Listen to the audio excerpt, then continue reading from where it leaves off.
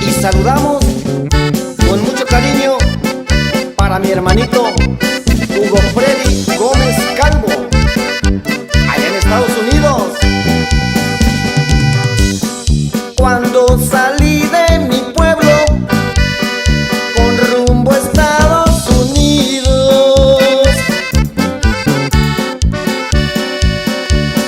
venía dispuesto a triunfar en el país de los gringos, pero nunca imaginé lo que me traería el destino.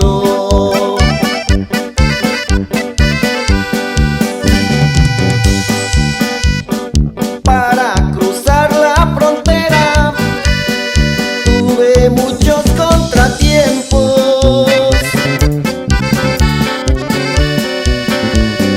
pasando hambre y mucho frío, caminando en el desierto.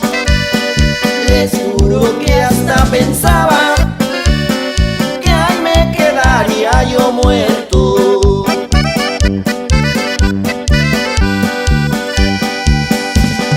Cuando llegué de este lado, luego empecé a trabajar.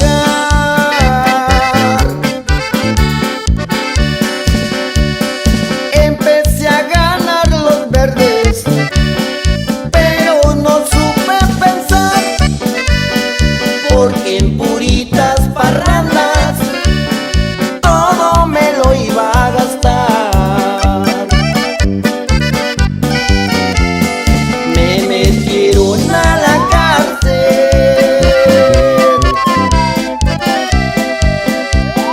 por este maldito vicio,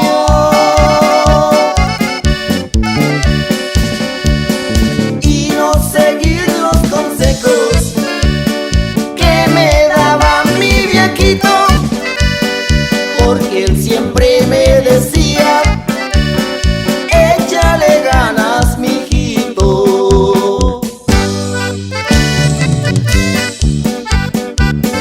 Y saludamos a toda mi raza que se encuentra en la Unión Americana, allá para mi compa Chepe desde Penixtlahuaca,